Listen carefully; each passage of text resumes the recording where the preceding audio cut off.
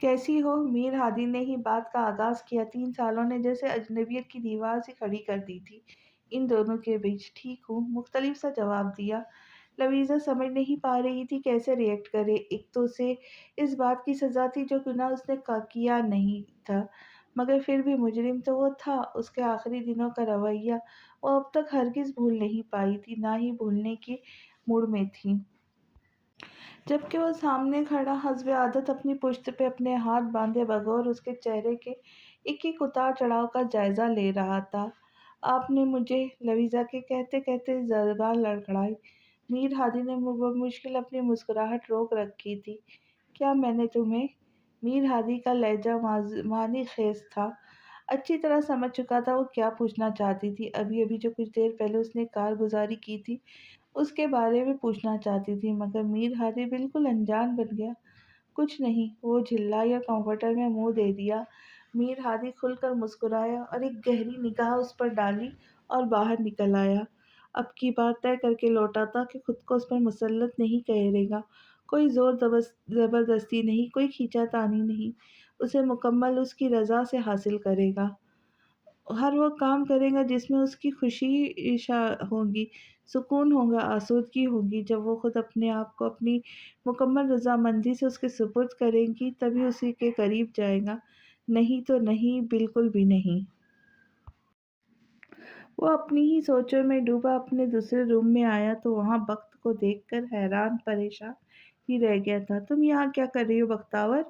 میر ہادی نے سنجیدگی سے پوچھا۔ سامنے وہ کنگ سی کھڑی ہوئی کافی دیر کچھ بول ہی نہ پائی۔ اوہ پلیز، اب یہ مت کہنا کہ میرے ڈائیورس دینے کے باوجود تم اتنی ہمت نہیں کر پائی کہ سب کو یہ بتا دو کہ میں تمہیں 1 سال پہلے ہی ڈائیورس دے چکا ہوں، اور ابھی تک تم جیسے بزدل اور کم ہمت نے اس بیچارے کو انتظار کی سولی پہ لٹکایا ہوا ہے۔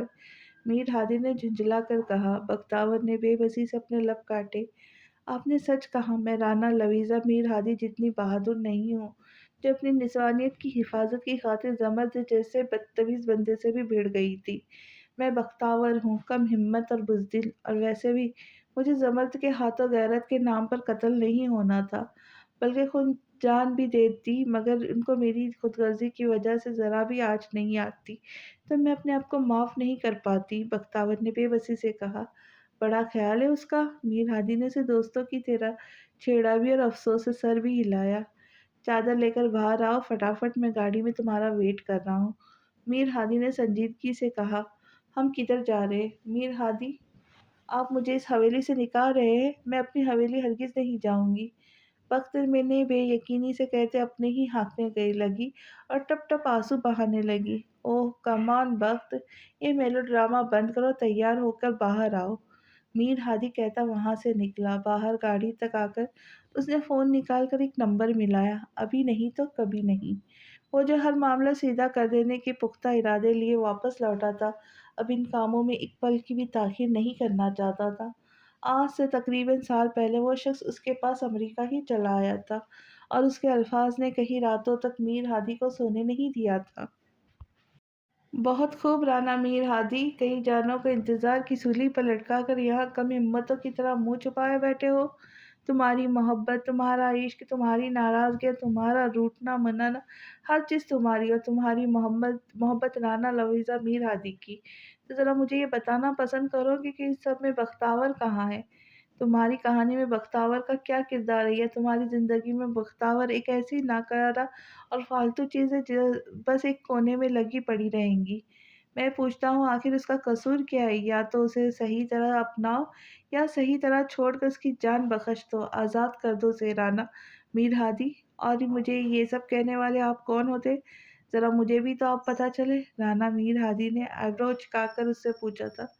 کیوں، غیرت جاگ گئی رانا میر ہادی؟ افرا سیاب نے اطمینان سے بے خوف ہو کر پوچھا تھا۔ نہیں، شاید انسانیت جاگ گئی، میر ہادی نے بھی دو بدو جواب دیا تھا۔ تو پھر کسی غیر کے نام سے اپنی نام نہاد بیوی کا نام سن کر مرچی لگی ہے تو سن لو، وہ غیر نہیں ہے میرے لیے، میرے رگوں میں خون بن کر بسی ہے، عشق ہے میرا، پانا چاہتا ہوں اسے، اس بے نام کے کھوکھلے رشتے سے آزاد کر دو اسے رانا میر ہادی، تاکہ میں اسے وہ خوشیاں دے سکوں جن کی وہ حقدار ہے۔ افرا سیاب نے اب بھی بے خوف ہو کر اطمینان سے اس کی آنکھوں میں آنکھیں ڈال کر اظہار محبت کیا تھا۔ اور وہ کیا چاہتی ہے مجھے کیسے پتا چلے گا؟ میر ہادی نے بھی سکون سے پوچھا تھا۔ وہ مجھے ہی چاہتی ہے مگر زبان سے کبھی نہیں کہیں گی۔ تو میری آنکھوں میں اس کی سچائی اور مرضی ڈھونڈ سکتے ہو۔ تبھی رانا میر ہادی نے بڑے اطمینان سے ڈائیورس پیپر بنوا کر ان پر سائن کر کے افرا سیاب کے ہاتھی بختیور کو اس کی آزادی کا پروانہ لکھ بھیجا تھا۔ مگر اس بزدل لڑکی نے 1 سال مزید ضائع کر دیا تھا۔ وہ اپنی سوچ میں غلطا تھا جب وقت کی آواز نے اسے اپنی جانب متوجہ کیا۔ میر ہادی ہم کدھر جا رہے ہیں؟ بخت نے بے چین سے ہو کر انگلیاں چٹکائی۔ شٹ اپ بخت، گاڑی میں بیٹھو، رانا میر ہادی نے جھنجھلا کر کہا۔ تبھی وہاں زارن چلا آیا تھا اور آ کر میر ہادی کی ٹانگوں میں لپٹ گیا۔ بابا جانی میں بھی ساتھ جاؤں گا، زارن نے کہا تو مسکرایا۔ ڈن چلو۔ میر ہادی نے اسے گود میں اٹھایا، گاڑی کا دروازہ کھول کر اسے بخت کی گود میں تھمایا۔ دور کوئی کھڑکی سے یہ منظر بڑے دکھی دل سے دیکھ رہا تھا۔ رانا لویزا، میر ہادی کی نیند، سکون، چین برباد کرنے والا لوٹ آیا تھا۔ تو یہاں نیند کس کمبخت کو آنی تھی؟ تبھی وہ لانچ تک آئی تھی مگر کھڑکی سے یہ مناظر دیکھ کر جی جان سے جل کر راکھ کا ڈھیر ہوئی تھی۔ تبھی بے آواز آنسو بہاتی پھر اپنے کمرے میں بھاگ گئی تھی۔ رانا میر ہادی گاڑی لے کر نکلا تھا۔ بابا جانی ہم کدھر جا رہے؟ زارن نے کہا۔ یہ سیکریٹ ہے میرا، زارن بیبی کا اور چھوٹی ماما کا۔ پرامس کرو کسی سے شیئر نہیں کرو گے؟ اوکے پرامش۔ زارن نے بڑوں کی طرح سمجھداری سے اسبات میں سر ہلایا۔